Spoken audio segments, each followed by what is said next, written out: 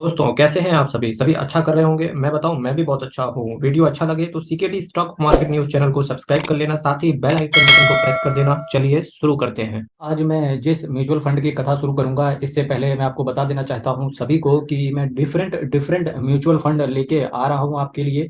क्योंकि 2023 में आपको किस तरीके का म्यूचुअल फंड में इन्वेस्ट करके आप न्यू ईयर को सेलिब्रेट कर सकते हैं, तो सभी म्यूचुअल फंड के वीडियोस मैंने डिस्क्रिप्शन बॉक्स में डाले हुए हैं। साथ ही साथ में एक दो म्यूचुअल फंड को मैं अपने आई बटन पे भी लास्ट में इंसर्ट कर देता हूँ कार्ड्स के रूप में। तो आप वहां पर भी क्लिक करके चेक कर सकते हैं। फ्रेंड्स, आज मैं बात करूंगा, ये बहुत बहुत रिस्की फंड है, लेकिन आपको एक से दो फंड इस कैटेगरी में भी रखने होते हैं अपने म्यूचुअल फंड के पोर्टफोलियो के अंदर।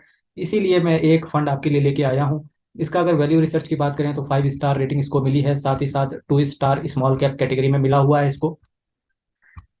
आप देखते हैं, अनुपम तिवारी जी फंड मैनेजर की बात करेंगे। किसी भी म्यूचुअल फंड में फंड मैनेजर का होना बहुत इंपॉर्टेंट होता है।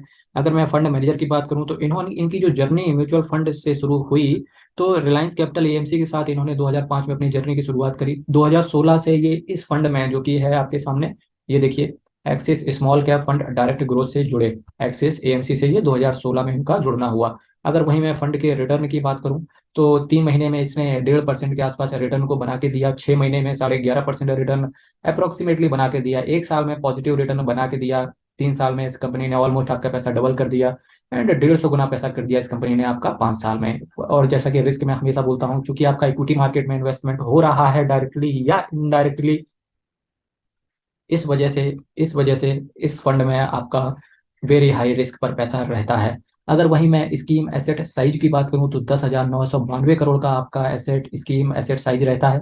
एक्सपेंस रेशियो स्लाइटली कम है as compared to large cap, जो कि मैं पीछे वीडियो ला चुका हूं। कैश होल्डिंग्स की बात करेंगे तो -0.52%, दैट मीन्स कि ये हो सकता है कहीं से लोन लेके भी आपका पैसा इन्वेस्ट करते हो। प्लान की बात करेंगे, ग्रोथ प्लान है, Nifty small cap 250 total return index के अंदर आपका ये पैसा इन्वेस्ट करते हैं।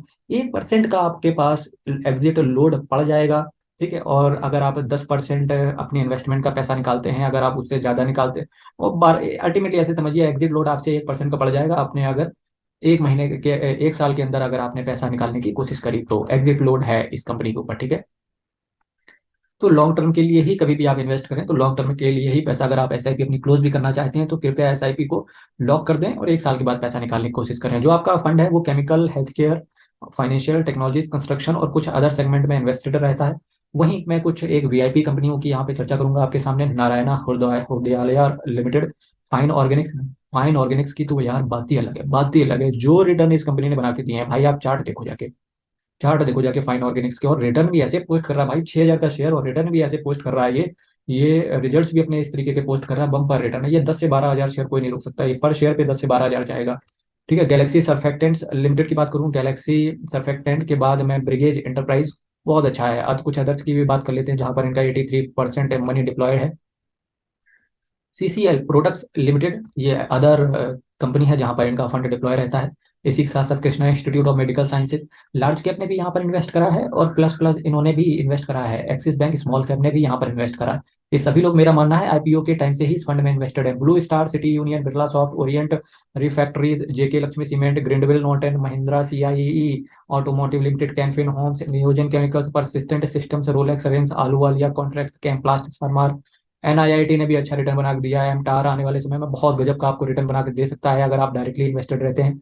Deepak fertilisers petrochemicals corporation limited, almost इस कंपनी ने ना भाई लोग 1 साल में पैसा डबल करके दिया है। ऑलमोस्ट पैसा 1 साल के अंदर डबल करके दिया है अगर आप डायरेक्टली इस फंड में इन्वेस्टेड रहते।